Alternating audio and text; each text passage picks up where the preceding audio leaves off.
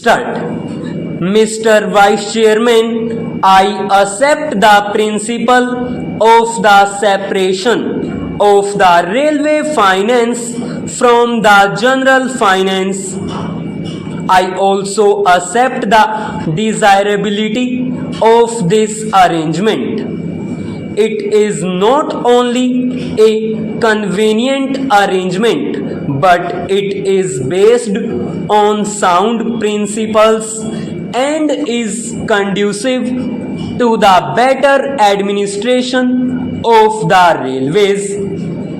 I also agree that the contribution of the railways to the general revenues should be in the shape of fixed dividends, but I cannot agree that the dividend should be fixed at 4%, and that is the crux of the whole report.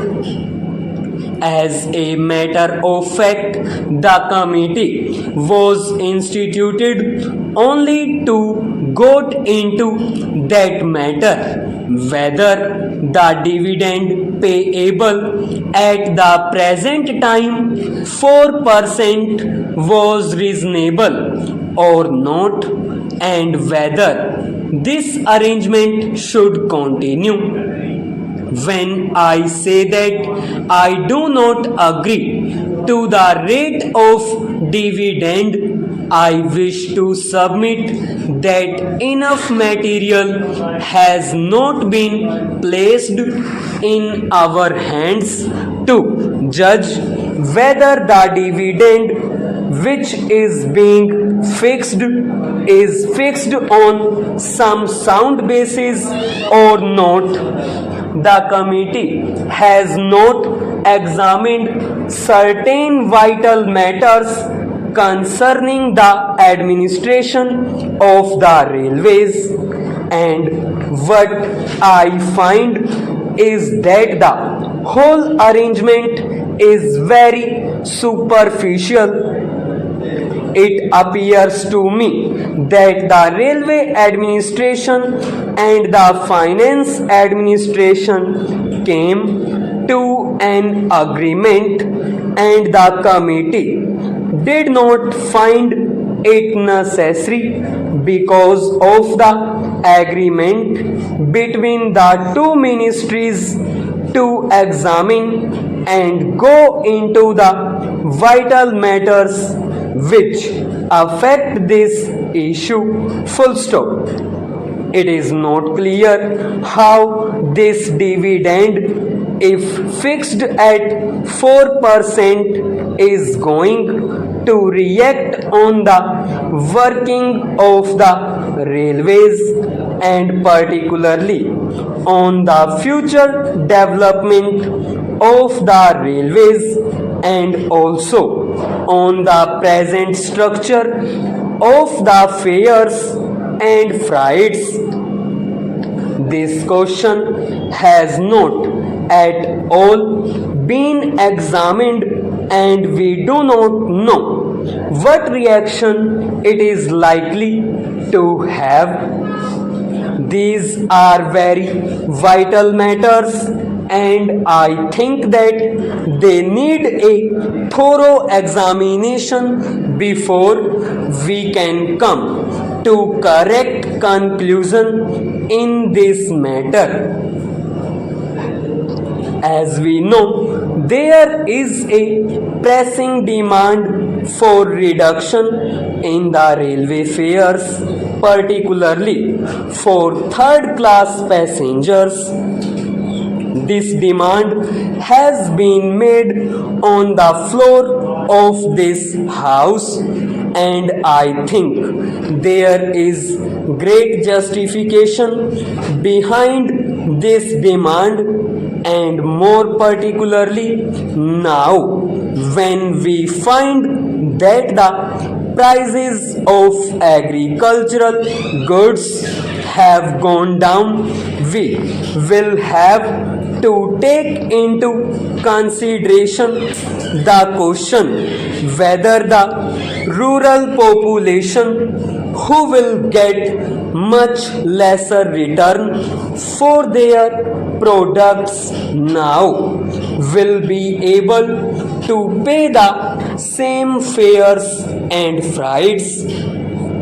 I also wish to draw your attention to the fact that the Federation of Indian Chambers of Commerce has submitted a memorandum to the Honorable the Railway Minister asking him for an examination and revision of the freight structure.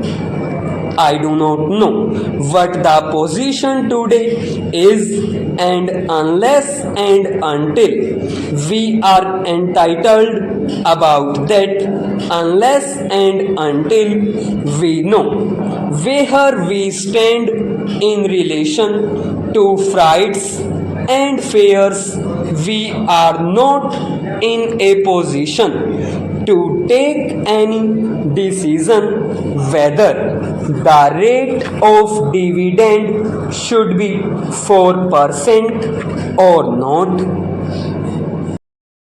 I should like to ask the Honorable the Railway Minister whether, in view of this strong demand made by the people through their representatives in both the Houses of Parliament and in view of the changing economy with which we are faced, we can give us an assurance that he will be able to discharge his obligations and responsibilities and commitments, that he will be able to pay a dividend of 4% and yet he will be able to reduce the freight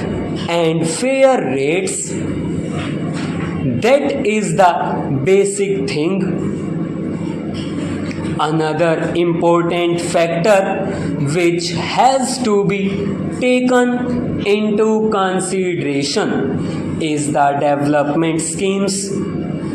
I wish to submit that there is no new approach in this matter.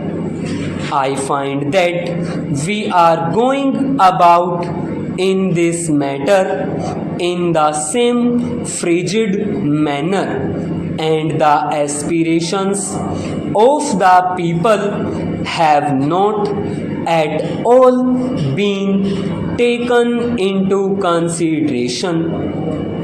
The Honorable Railway Minister will remember that during the budget speeches made on the floor of this house as well as in the other house, there have been incessant demands for the development of the railways.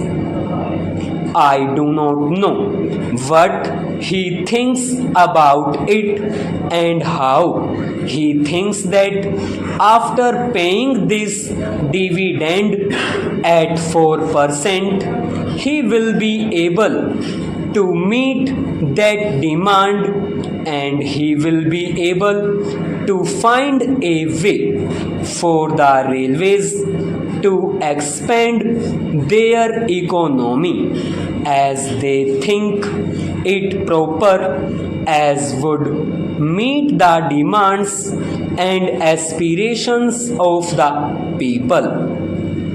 In this connection, I wish to invite your particular attention to the facts. I will be happy if we could pay even a larger percentage, but the fact is that we must be sure that the railways are, in the present circumstances, in a position to do so, and yet discharge their responsibilities and obligations and satisfy the needs and demands of the people, which are legitimate and justified. Now, when we fix the dividend at 4%, what happens is that we also fix that of those projects which are to be considered as remunerative at 5%, because the railways want a margin of 1%. What actually happens is that when we fix it at such a high level because of this percentage, we find that not many new projects are really taken up, and we have been very seriously disappointed in this matter. I therefore think that in the present circumstances, the railways cannot afford to pay a dividend of 4%. May I ask the railway minister whether it is not a fact that even he has not been able to contribute fully, or even he will fall short by about rupees 60 crores in his contribution towards the plan out of the rupees 400 crores that the railways have to contribute. I find from his speech that they are faced with a net shortfall of about rupees 62 crores.